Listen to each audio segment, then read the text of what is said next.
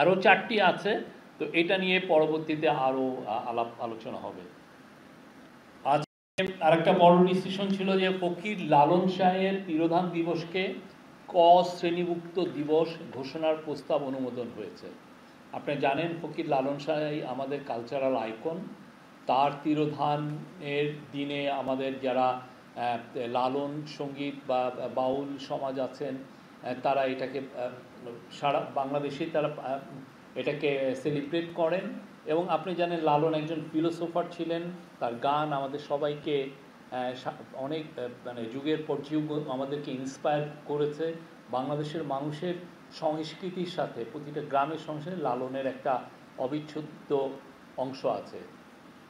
এই লালন তিরোধান দিবস জাতীয়ভাবে ক শ্রেণীভুক্ত দিবস হিসেবে স্বীকৃতি পেলে বিশ্ববিদ্যালয়, গবেষণা প্রতিষ্ঠান ও সাংস্কৃতিক সংগঠনসমূহে লালন চর্চা ও গবেষণা আরও বৃদ্ধি পাবে বলে সংস্কৃতি ও বিষয়ক মন্ত্রণালয় বিশ্বাস করে।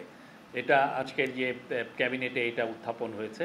একই সঙ্গে এই সিদ্ধান্ত বাংলাদেশকে গ্লোবাল কালচারাল এরেনায় তার সেরা সম্পদগুলোকে সবাইকে মেলে ধরার একটা সুযোগ তৈরি হচ্ছে, এবং এটা মানে পুরো জাতীয়ভাবে এটা একটা সেলিব্রেটের একটা এখন থেকে এটা হওয়ার একটা সুযোগ তৈরি হলো।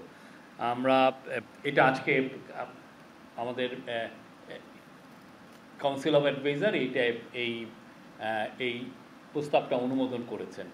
আরও দু একটা প্রস্তাব ছিল যে আমাদের বর্তমান যারা কালচারাল আইকন আছেন, যেমন ধরেন হুমায়ুন আহমেদ, সুলতান আমাদের খুব বড় পেইন্টার, এবং আয়ুব বাচ্চি আমাদের রক মিউজিকের উনি একজন বড় কালচারাল আইকন, তো তাদেরকে নিয়েও অনেক আলোচনা হচ্ছে। বাট আজকে ডিসিশন এসছে যে শুধুমাত্র ফকির লালন শাহের তিরোধান দিবসকে ক শ্রেণীভুক্ত দিবস ঘোষণার প্রস্তাব অনুমোদিত হয়েছে।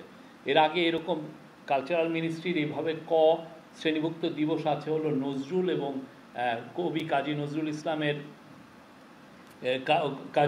ওনার তিরোধান এবং ওনার মৃত্যু এবং ওনার জন্মবার্ষিকী, এবং নজরুলের এবং রবীন্দ্রনাথ ঠাকুরের মৃত্যু এবং জন্মবার্ষিকী।